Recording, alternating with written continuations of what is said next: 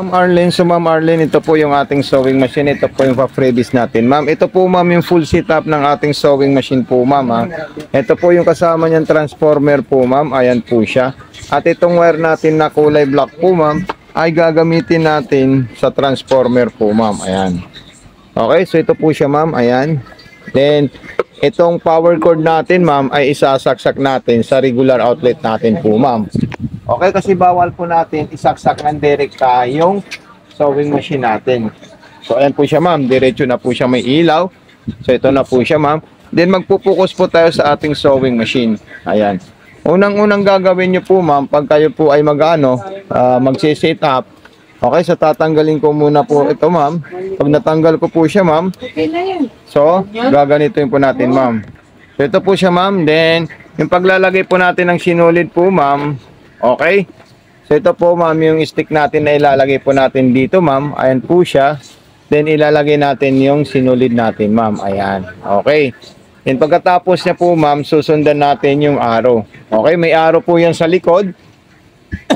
Okay. Yung mga ganitong sinulid po ma'am, dito po natin yung ilalagay sa sahig. Dito. Pwede rin po sa likod. Ang importante, susundan po natin ma'am yung arrow. So, may step 1 po siya dito, ma'am. Ayan. Okay, dire-diretso lang po siya, ma'am. Then, pagkatapos po, ma'am, paakyat. Then, diretso po dito, ma'am. Ayan. Then, may number po siyang 1, 2, 3, 4. Then, dire-diretso po siya dito, ma'am. Ayan. Pinakadulo po, ma'am. Ayan po siya, ma'am. Ayan. Okay. Then, pwede po natin, ma'am, gamitin yung automatic shooter thread ng ating karayom. Okay. So, ganito po, ma'am. Pag tayo po ay mag-automatic shooter thread. Paano po siya? Ganito po siya ma'am. Ayan.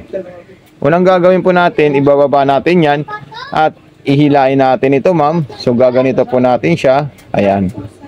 So ganito po siya ma'am. Ayan. Then ayun po yung ating sinulid sa likod.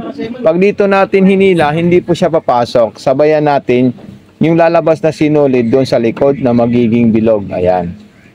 So, ayun po siya, ma'am. Then, kunin natin sa likod siya. Okay. Then, sa ilalim naman po, ma'am, itataas nyo po ito ulit, ma'am. Then, pindutin nyo po ito, ma'am. Then, lalabas po itong plastic natin, ma'am. Then, iangat natin yan. Kung naangat po natin yan, ang gagawin po natin dito, ilalagay po natin dito yan, ma'am. Then, igaganito po natin siya. Okay. Then, ikutin po natin, ma'am, yung hand wheel. Saan po yung hand wheel? Ito po ma'am yung hand wheel natin ma'am. Okay, ito po siya ma'am. Hand wheel po ang tawag natin dito. Babaon natin yung karayom natin. Pag nabaon po natin yan ma'am, ayun po yung sinulid na dalawa. Hihilain natin yan. So ayun po ma'am, dalawa po silang lumabas. Then pagkatapos po nyan, papasok natin siya sa likod. Ayan. Ganyan po siya ma'am. Then ilalagay natin ganyan. Ayan. Okay, so ito po siya mama. Ayan. Then susubukan natin yung mga design at stitches ng ating sewing machine. Okay, yung running stitch, ito po siya ma'am. Yung distance, ito po siya ma'am. Ayan, kung maong pwede ka 3, pwede ring 4 po ma'am. Ayan. Subukan natin siya ma'am. Ayan.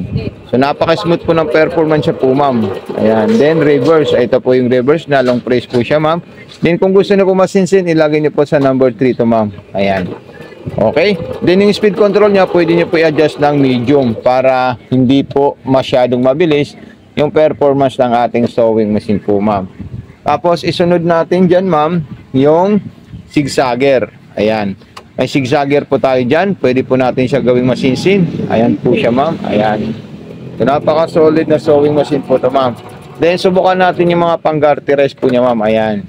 Pang-garterize, pwede rin po siya ma'am. Pwede rin po siyang 1. Ayan. Grabe, solid po nito ma'am. Okay, sa tatlo po yung pang-garterize natin ma'am ha. Talagang napakatibay at napakaganda po itong sewing machine niyo po ma'am Arlene. So ayan po siya ma'am.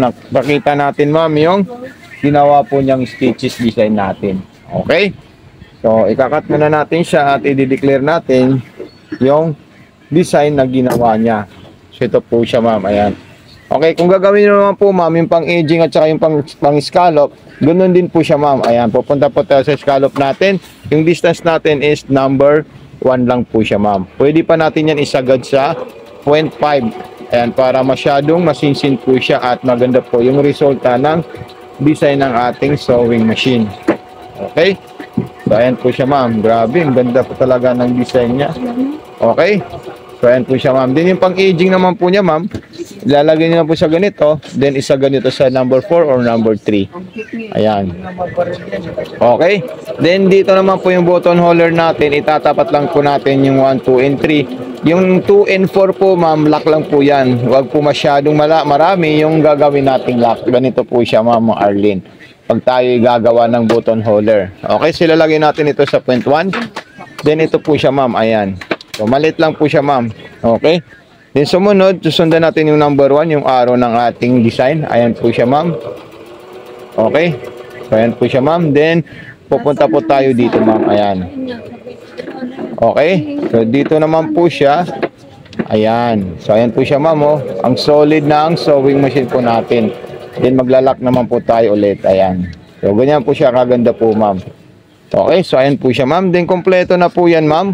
Wala na pong kulang sa ating sewing machine. Okay, so ayan po siya, ma'am. Itatakip natin ito, ma'am. Ito po, ma'am Arlene. Okay, then igaganito po natin yan. Isasarado natin yan. Para bukas, ready to ship na po siya, ma'am. Okay, so ayan. Then, ito na po yung pa-freebies natin, ma'am. Ayan, kompleto po ito, ma'am. Ayan. So, okay na okay po ito, ma'am. Napaka-perfect. Bagay na bagay po sa iyo, ma'am Arlene. Ayan. Then, yung transformer po niya, tsaka yung wire, at tsaka yung power cord. Thank you so much po, ma'am Arlene. God bless and more power po, ma'am.